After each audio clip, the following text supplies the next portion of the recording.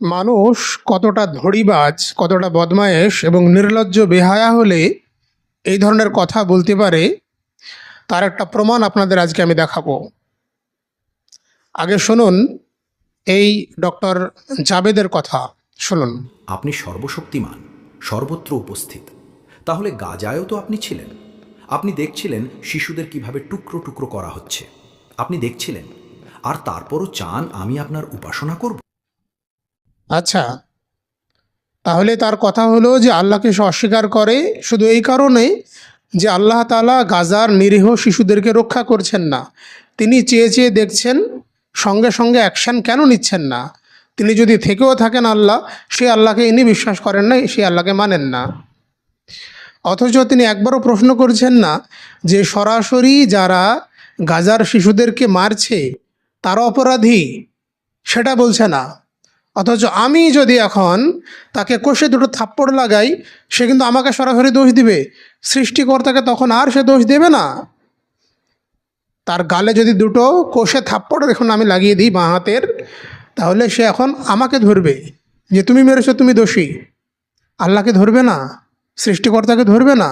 অথচ গাজার শিশুদেরকে হত্যা করা হচ্ছে, যারা হত্যা করছে তাদের প্রতি কোনো নিন্দা, কোনো সমালোচনা, কোনো কিচ্ছু শোনা যাচ্ছে না। আল্লাহর অস্তিত্ব নিয়ে প্রশ্ন তুলে দিচ্ছে।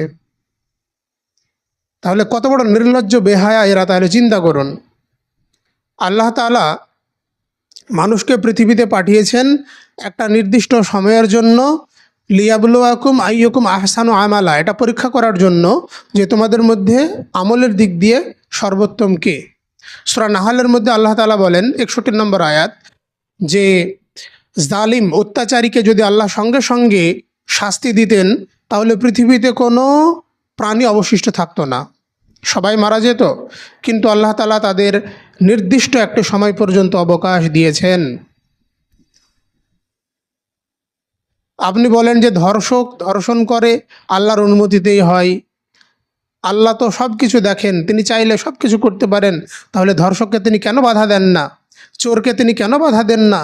সমস্ত দোষ এরা চাপিয়ে দেয় আল্লাহর ঘাড়ে। চোরের কোনো দোষ নাই, ধর্ষকের কোনো দোষ নাই। তাহলে এদেরকে কি বলবেন আপনি?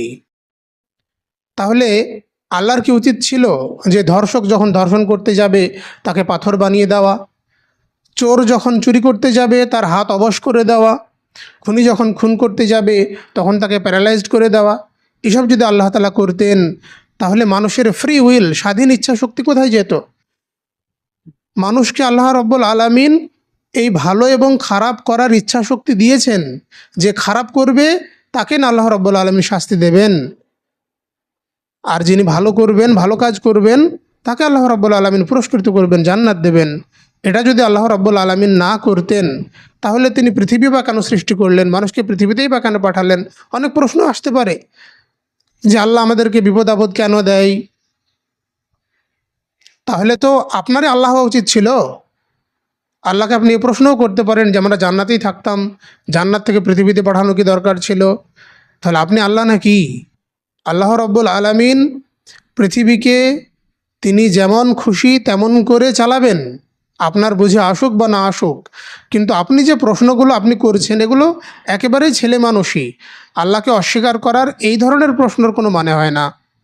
যৌক্তিক কোনো প্রশ্ন যদি থাকে তার উত্তর আমরা সেইভাবে দিব ইনশাল্লাহ।